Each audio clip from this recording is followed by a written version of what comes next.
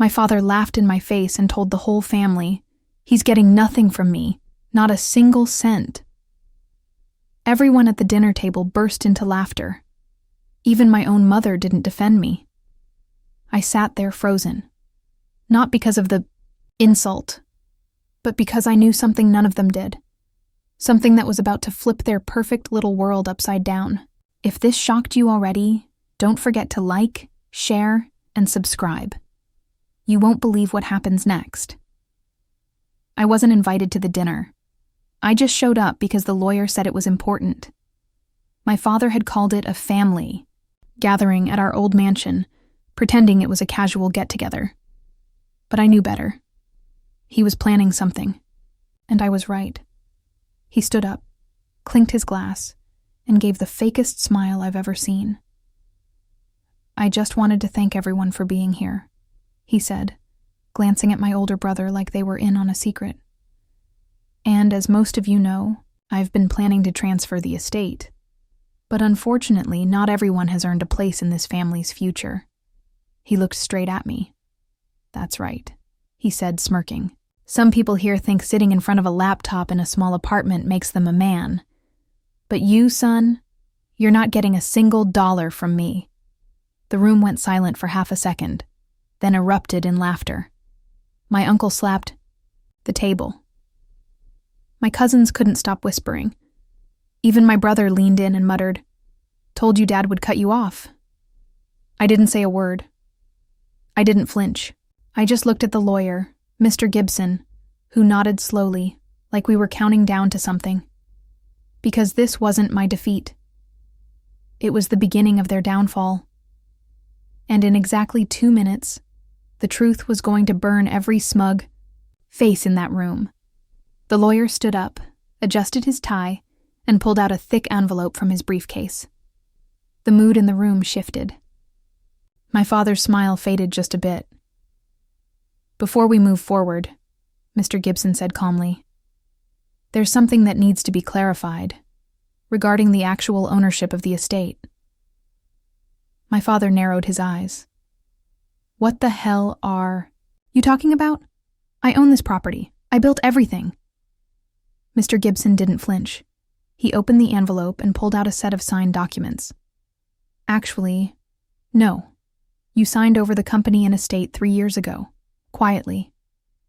To avoid tax issues, do you remember?" The entire room went silent. My dad's face turned pale. That was just paperwork. It was temporary."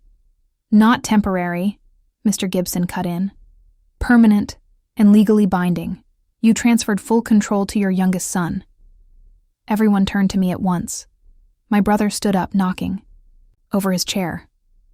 "What?" My mom clutched her chest. "This has to be a mistake."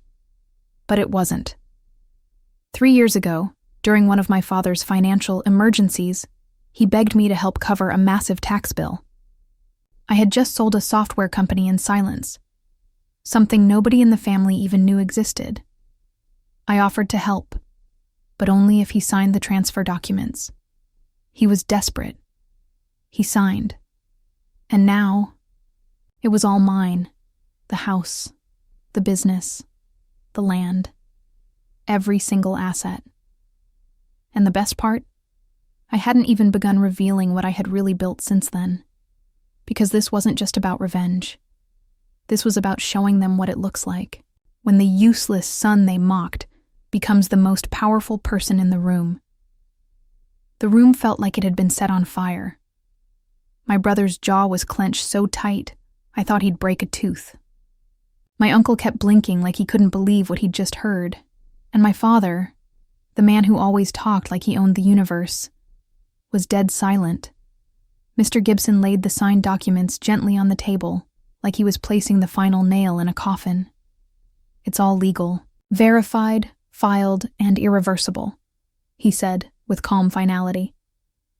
"This entire property, the estate, the family company, and all remaining assets now belong to Aiden." I stood up slowly. Every eye followed me. For a second, I didn't say anything. I let them feel it. Let them sit in the same silence they had forced me into for years. Every time they mocked my dreams, every time they called me a failure, every time they laughed at my one-bedroom apartment and old laptop. You know what's funny? I finally said, my voice calm. For years you all made fun of me for not having a real job. My brother scoffed. Don't act like you're some kind of genius, Aiden. You just got lucky. Lucky? I laughed softly.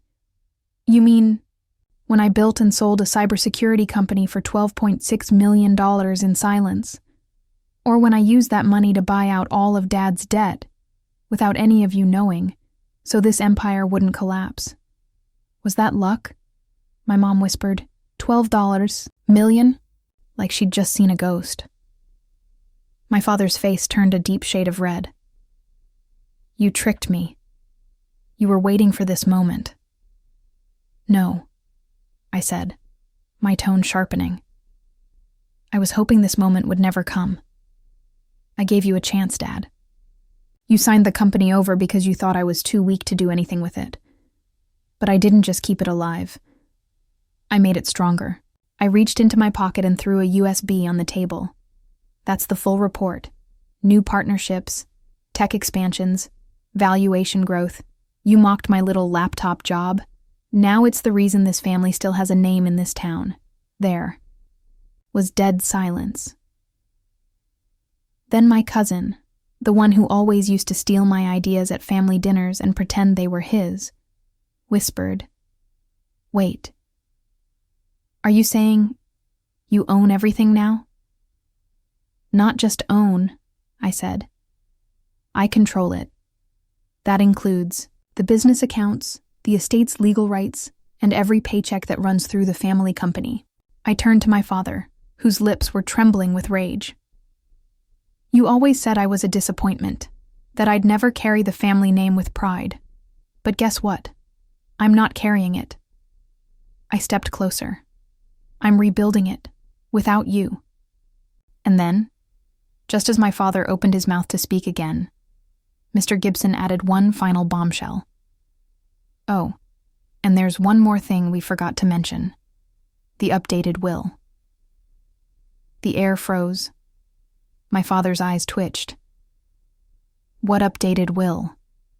He barked, but his voice cracked, like he already knew he wouldn't like the answer. Mr. Gibson calmly pulled out another document, this one thinner, but way more dangerous. He placed it in front of my father like a weapon. This was signed 6 months ago, he said, after your health scare. I remembered that day clearly. The heart episode, the ambulance, the hospital. My father thought he was dying, and in his moment of weakness, he called me. Not my brother, not my cousins. Me.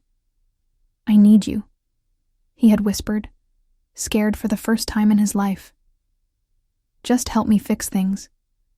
You're the only one who actually understands the business. And I had helped him, quietly, with lawyers, with strategy. I stabilized the finances. I restructured the company. I protected him. And in return, he signed everything, including the new will. Mr. Gibson read it out loud. In the event of my death, I leave 100% of my estate, including all real estate, business holdings, and liquid assets, to my youngest son, Aiden James. My brother exploded. You can't be serious. He rushed toward the table, grabbed the document, and scanned it like he was hoping the words would magically rearrange themselves. My uncle stood too, shaking his head. Why would you do this, Thomas? He demanded, turning to my father. After everything we built with you, but my father didn't speak. He just sat there, hands shaking, lips pressed tight, powerless, broken. And me? I was calm, steady, the version of myself they had never allowed to exist. I didn't ask for any of this, I said, voice low. I didn't want to win like this. But you all pushed me out, mocked me, left me to rot while you built your empire on ego and lies. I turned to my brother. You remember when you deleted my startup pitch from Dad's inbox? His face twisted. You don't have proof of that. No, I replied. But I didn't need proof. I just needed motivation. And you gave it to me. I pulled out my phone and tapped play. A voice recording began. He's not even worth bringing to the meeting. He's just a guy with a laptop and a failed dream. Let him rot. It was my brother's voice, recorded years ago, sent accidentally to my cloud. The room gasped. I looked around. You thought I was weak, but I was watching, building, waiting. And now, I hold every card. Then I smiled coldly and dropped one final line before walking out. This isn't revenge. This is justice with a balance sheet. The door closed behind me. But this story wasn't over. Because outside that mansion, a black car was waiting. Inside was the real twist. As I stepped into the black car waiting at the driveway, the driver nodded and silently began to pull away from the mansion. The same mansion I grew up in, once feeling like an outsider in my own home. Now, I was, leaving it as the owner. But I wasn't going alone. In the back seat, waiting quietly, was someone they never expected to see again. Mr. Caldwell, my father's former business partner. The man they betrayed. The man they blamed when things went wrong and forced out of the company 2 decades ago. The same man who mentored me when no one else believed in me. I take it they got the message? He asked with a faint smirk.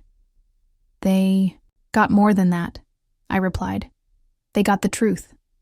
And soon, they'll get the consequences. Mr. Caldwell handed me a folder, stamped confidential. Inside were documents, contracts, and final approvals for a massive acquisition deal. I glanced through them, every page a reminder of the empire I'd quietly built while they were too busy mocking me. Is it done? I asked. He nodded. By Monday, you'll own controlling shares in every company your father invested in. You won't just own the house, you'll own the city block it stands on. I closed the folder. A strange silence filled the car, not of revenge, but closure. For years I wanted to scream, to fight back, to be seen. But now that I had everything, all I felt was peace. Back at the mansion, chaos was exploding. Mr. Gibson would deliver the final blow.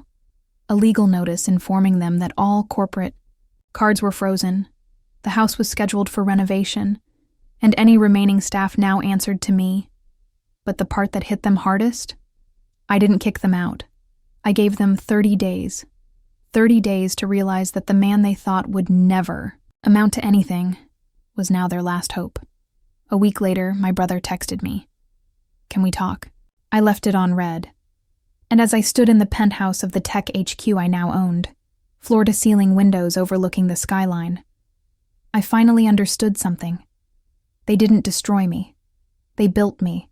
And I didn't just survive. I silently built a billion-dollar empire while they laughed. Now they weren't laughing. They were watching, powerless, regretting everything.